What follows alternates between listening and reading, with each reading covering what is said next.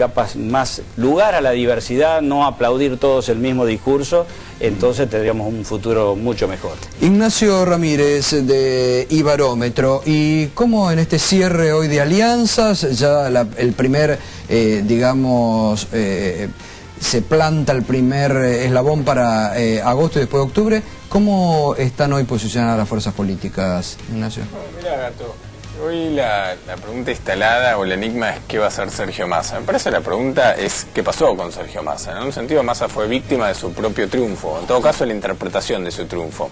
¿Cómo había sido interpretado ese triunfo, digamos, en una etapa que va a ser invocada y recordada durante mucho tiempo?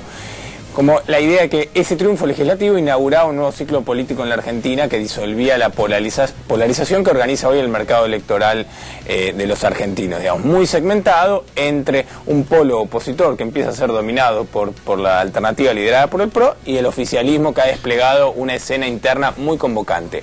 Bueno, eso no sucedió, digamos, por un error de interpretación, probablemente un voto legislativo que fue mucho más epidérmico, coyuntural, que relativo a un proceso, digamos. Lo que vemos hoy, independientemente de la oferta electoral, digamos, considerando esta analogía más propia de Alejandro, la demanda manda en algún sentido. ¿Y qué está ocurriendo con la demanda, es decir, con las preferencias, con el electorado, con la sociedad? Bueno, que empieza a dividir y a segmentar sus preferencias fundamentalmente en dos, digamos, ¿no? Hay una motivación que aún con matices está inclinada por la continuidad de los lineamientos generales del rumbo político en curso, y es una motivación intensa, digamos, porque está vinculada a ciertos valores y a ciertas políticas, digamos, que no quieren, que se respaldan, digamos, ¿no?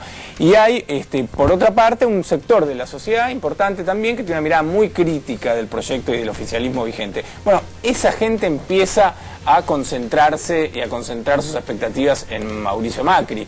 Recién había una observación acá que Sergio Massa podría nuevamente reunir votos de procedencia kirchnerista y de procedencia macrista. Eso es muy difícil de armonizar, digamos, porque el contraste es muy pronunciado. Es decir, ¿los votos que perdió sociedad. Sergio Massa los puede recuperar o son votos perdidos? No, es muy difícil, porque en primer lugar la salida de la diáspora de intendentes es la consecuencia, es el síntoma de un proceso de sangría de adhesiones y de votos. ¿A qué obedece ese declive que yo coincido que todavía no se detuvo, digamos?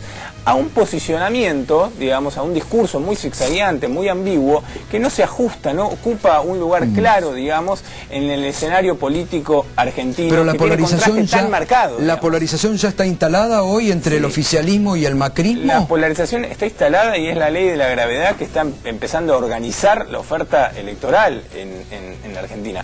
De manera que hay que empezar a revisar muchísimo las estimaciones y los pronósticos que se habían formulado, digamos, y por lo tanto sería temerario ahora volver a hacer pronósticos, digamos, pero evidentemente hay un escenario que tiende a la polarización.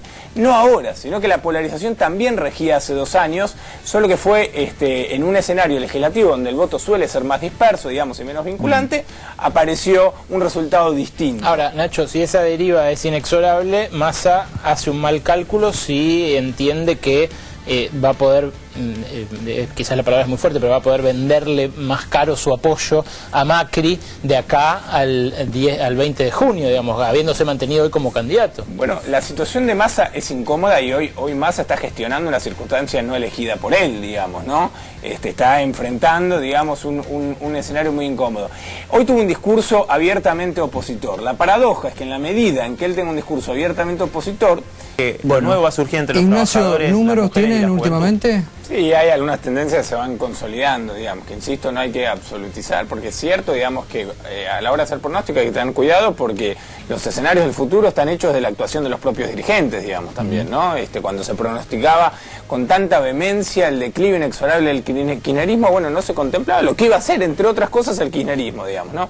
Hoy, digamos, las tendencias que alumbran las encuestas es la consolidación de cierto clima continuista, lo cual impone un desafío interesante, delicado para el PRO, digamos, que ha venido ajustando su discurso para adaptarse, digamos. Entonces ponerle un contenido a esa promesa de cambio más compatible con cierto clima continuista que se empieza a imponer y que está hecho del mejoramiento de las expectativas económicas, del mejoramiento de la imagen de la figura de la presidenta, de cierto balance retroactivo positivo del ciclo en curso, digamos, aún con todas las críticas de la que es objeto, de manera que el Frente para la Victoria se instala como actor central, digamos, y en contra del mito de su esterilidad sucesoria ha desplegado una interna, vos hacías una reflexión al respecto, muy convocante, digamos, con contrastes también, y una interna donde el antagonismo o el enfrentamiento interno es constitutivo de su atractivo, digamos, ¿no?